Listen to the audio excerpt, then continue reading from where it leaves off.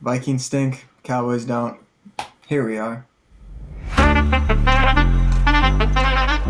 Vikings haters are sure out strong this week, but we're not worried. The Vikings were considered underdogs last week going into Sunday, and we decided on the podcast that was an absolute joke, but turns out the Vegas odds makers were pretty right on that one. And before we dive into it too far, let me just get your general optimism or lack of optimism after a 40-3 loss to Dallas. Alex, what are you feeling? Yeah, I mean, obviously, you're not too excited about losing by 37 points, but I'd like to point out, back in 2020, the Buccaneers lost to the Saints 38-3 in November. They went on to win the Super Bowl, so I'm not jumping ship yet, but there's a little concern. There's no doubt. Yeah, whoever came up with those odds obviously knew something we didn't, but they were definitely the underdogs by far. But I don't know. I'm still optimistic. You're bound to lose a game, so whatever. We're 8-2 now, but it got pretty bad here. Actually, it was so bad here they actually switched the game over to the Bengals and the Steelers. So because the Vikings were getting beaten so badly, everyone over here was forced to watch Cincinnati and Pittsburgh. So dark times. Yeah, for sure. Yeah, CBS switched that game. How far in were they when they switched it? Do you remember? I didn't. I was watching it. I'm pretty sure it was after the half. I think. I don't remember because I feel like I saw a little bit into the third quarter. But okay. Well, let's jump into it. I mean, let's try to, maybe we'll find some optimism as we go through the game, but let's start with our offense. In the last podcast, we compared and contrasted both Dallas to Minnesota, and we decided that on every individual level, the Vikings had the edge, but yet, based on this game, we were wrong there again. So Cousins, he was 12 for 23 on targets for only 105 yards and no scores. Terrible fantasy score, by the way. If anybody has him, I apologize on behalf of the Vikings fans. Mullins actually came in the game late. He went 5 for 7 with 54 yards, but the game was over. It was garbage time. It didn't really make a difference, so we're not really going to talk about that. But Cousins got sacked 7 times for the first time in his career. I mean, we knew that Christian Darrisaw being out was going to be a big deal. He's a huge key to success this season, but what do you see on the Vikings offense side? All of our O-linemen were just Swiss cheese, like letting anyone through.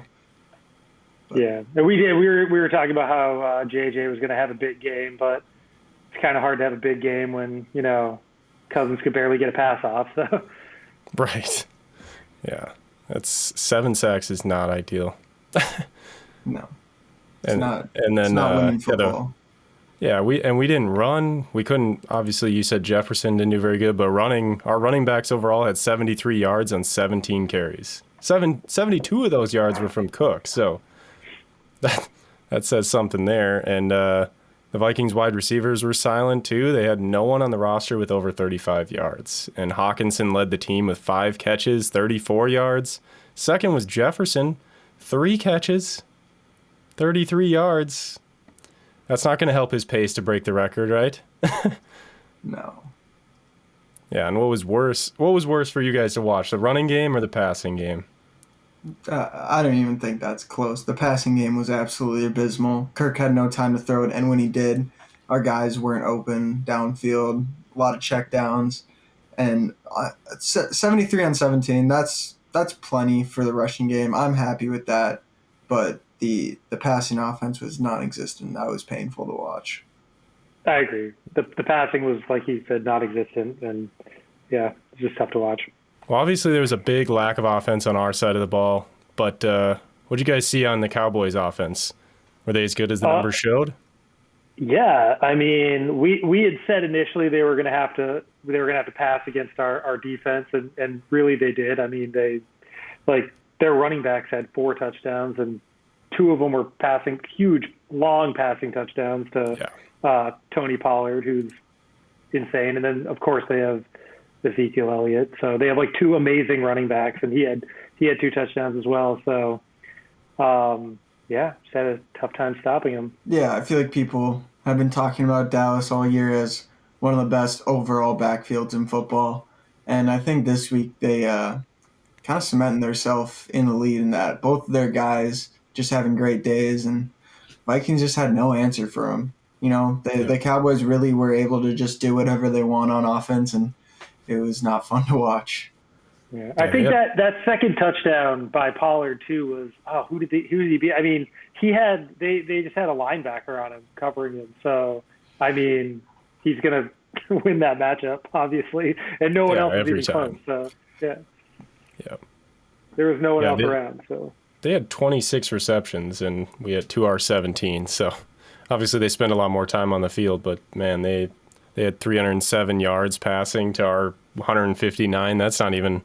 Can't even compare the two, so you can't blame a lot of the Vikings haters for coming out this week. It's unfortunate, and like my shirt says, obviously, sometimes it's tough being a sports fan in Minnesota, but hey, we've been here before. Like Alex said earlier, this isn't unprecedented either. There's been some big losses. We're still 8-2, though. I mean, exactly. We're still good. We're still... Yeah. We've still got the division on lock, and, we had to face a pretty good defense. They've got Micah Parsons. I mean, what'd you guys see in him? Yeah. Well, first, I was just going to say, I'm not worried. I would only be worried if they lose again next week, because then it's a trend, and that's not good. Yeah, Parsons had an amazing game. They, like we were talking earlier, they kept hitting Kirk, and he had 2 sacks. This is his 5th 2-sack game of the season, so it's most teams are having a tough time stopping him. And, he has 10 now on the season, so.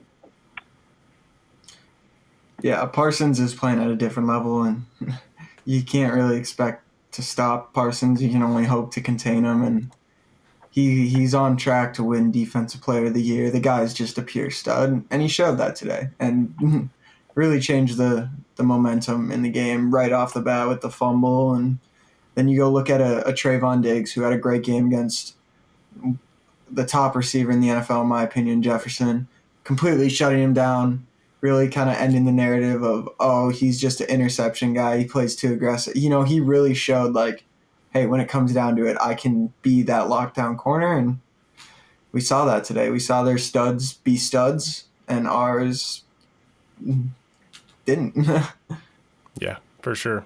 Yeah, their defense was strong. And, like you said, Parsons has 10 sacks on the year, but I know next week we play the Patriots, and they got, was it Matthew Judon? He's got 13. Mm-hmm. He leads the league. So they're going to – hopefully they learned something from this one and then come out and we don't see little Kirk O'Chains laying on the ground at US Bank Stadium again. That was rough to see. But, I mean, how is kind of your overall general attitude after a loss like this? I mean, it's a little different than – we had the Minneapolis Miracle, right? In playoffs, that was a huge win. And then we just got absolutely pummeled by the Eagles. And last week we had a big win over the Bills, and we got crushed this week. But this doesn't matter as much as it did when we played the Eagles, right? So, like Josh said, we're still 8-2. You guys feel like that was a hangover from the big win at all? Is that a thing? Yeah, I don't think anyone's lost faith. Like, everyone still knows that their team, is 8-2. You're bound to, have a bad game, have a dud. And it was such a bad dud. Hopefully it got the rest of them out of the way for the rest of the season. So, but yeah, no, I mean, my outlook is still good. We're going to the playoffs no matter what. So. Oh, for sure. We just got to lock down those home games. That's the goal now, I'd say. But hopefully they learn from this. It hurt a little more at home, but yeah. Yeah, that's for sure. And I know a friend of mine who he's got season tickets, goes to every game for I don't know how many years, said this was the first game in years that he's left early. So, and that takes a lot for him to leave early. I was shocked that he said that. So, I don't know. I agree. They're still a playoff team. No one's changing their game plans just because they lost 40-3. Everybody's still coming at the Vikings hard. They still see them as a threat. We won 7 in a row. That's hard to do in the NFL. So. But I guarantee, and I don't know what you guys saw, I guarantee they're watching a lot of film this week of all the penalties, the laziness. Once the score started to get out of hand after the second half and after they made those 2 60-yard field goals in a row, my gosh, which also came after a non-catch, in my opinion. they were drawing penalties left and right. A lot of them very lazy penalties. Do you have anything to say on that? Oh, I just think like as fans, of course, you're, like I said, we haven't, lost the faith or whatever. But yeah, when it comes to like losing a game really badly after winning so many, you kind of like forget what that feels like. I'm assuming. I've never played in the NFL. Yeah, yet. But you've played. You've played a good handful of pickleball games. You need. Yeah, and when you win a lot and then you lose, like you kind of don't know what to do. So hopefully they just like snap out of it and do the Ted Lasso, be a goldfish thing, and just forget about it and move on because still got games to win this season. So, Alex, do you think that this could be actually a benefit to them? That they lost. Obviously, it's a loss, but now you go into playoffs. They know what it feels like to get crushed. They know what that embarrassment on a national stage feels like now. What positivity can you see in that? It's a wake-up call. Or is there any? It's a wake-up call at the end of the day. Like, hey, you guys are not this untouchable squad. Like, sure, there was great momentum going and whatnot, but reality check, there's a lot of other great teams in this league, and if you start to get too high on your horse and, snooze a bit, you're gonna get rocked. Like, that's just what it is, and I think it's a good learning lesson and should only be a positive going forward, in my opinion. Yeah, for sure. And no matter what you think about this loss, I mean, we beat the Bills, and the Bills are ranked higher than the Cowboys. So if anybody wants to talk smack and hate on the Vikings, they still beat the Bills. We've always got that at least going right now. And the Packers. Everyone talks about, and the Packers, right? It's such a great team this year. No. Still the Packers. There's always about how. Yes, it is. And they talk about how the haters, talk about how we haven't played any good quarterbacks. We haven't played any fully healthy teams. We haven't played X, How Y, many Z. teams do we have to play before we play like a good team and a good quarterback? Right. Yeah, we have the last two games. Yeah. I mean, there was nothing wrong last week with Josh Allen. He was healthy. He threw the ball like a madman. There was nothing wrong with him. He ran. We beat him. But this week, I mean, if why you they're look called at it, haters, Cole? They just come up with random things. But the Vikings weren't even fully healthy this week. We had Andrew Booth out there playing cornerback. Darisaw ended up injured. I mean, it doesn't matter the way you look at it. No team is ever fully healthy. So get over it, haters. That's my message. But yeah, they need to come into Thursday, Thanksgiving, another national stage. I heard they're wearing the purple jerseys at home. And we're not going up against a great quarterback next week. So Mac Jones is just like, right now. So, yeah. Well, they got a good coach on their sidelines, so I'm sure. And they're still 6-4. I think they're third in the AFC East, I believe. But I don't know. You guys have any score predictions or anything? Just brief. We'll do a whole nother podcast, obviously, covering all this. But what do you see for coming up on Thursday at Thanksgiving? I see a low-scoring game coming. It's a night game, so we're not getting the new nightmare. I'm going to say 17-13 Vikes. Okay, low-scoring game. Yeah, they got a good defense over there. Two good defenses. Yeah. No, I think the Vikings are going to win by more than that. I'll say 21-10. I like it. I think they flip the script and they win by more than 14. I don't know what the score will be, but I think we win by over 2 touchdowns. That's my prediction. Well, we'll obviously take a deeper dive into the Patriots game on Thanksgiving in our next podcast. We'll post that one probably on Wednesday evening or Thursday morning, so you can take a look. You can also subscribe to us on YouTube, comment on here. If you have any T-shirt ideas, hey, comment. Maybe we'll send you one next week. That's what I'm thinking. We're also now on Apple Podcasts and Spotify, so be sure to check us out. Twitter, TikTok. I was going to say, the fans give them before we do. No, the fans give them way before you. Sit at home and make T-shirts in your basement. You don't even send us T-shirts. Oh, yeah. For the fans. That's what we're here for. Well, thanks for tuning in. I'll make you guys a T-shirt before I make either of these fools a T-shirt. Skol Vikes. Skol Vikes, baby.